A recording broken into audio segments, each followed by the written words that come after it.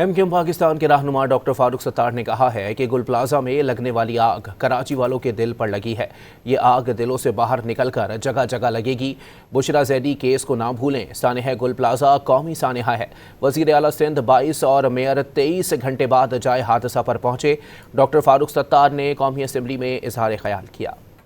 सबसे पहले इसे कौमी सानिया और कौमी अलमिया डिक्लेयर किया जाए। कराची के बुनियादी मसाइल को कौन एड्रेस करेगा और कब वहाँ के बुनियादी मसाइल एड्रेस होंगे, आपके दर्द, आपके एहसास का तो अंदाजा उसी वक्त हो गया जब वजीर आला सिंध इस सानिया के 22 घंटे के बाद मौके पर पहुंचे। मेयर कराची कम अज कम उसे फौरी तौर पर सबसे पहले मेयर को आना चाहिए। गुल प्लाजा में आग नहीं लगी, ये हमारे दिलों में आग लगी है। कराची के हर शहरी के दिल में आग लगी है, जो पहले से जले हुए हैं, सताए हुए हैं। अभी ये आग कराची के इलाकों में नजर नहीं आ रही है, लेकिन ये कराची के चप्पे चप्पे में लगी हुई है। कराची को अपनी कौमी पॉलिसियों में तरजीह दें, वो वाहिद कौमी शहर है। कराची बचेगा तो पाकिस्तान बचेगा। इससे पहले कि ये आग हर गली तक चली जाए, बुशरा जैदी के वाक़े को याद रखें 85 में।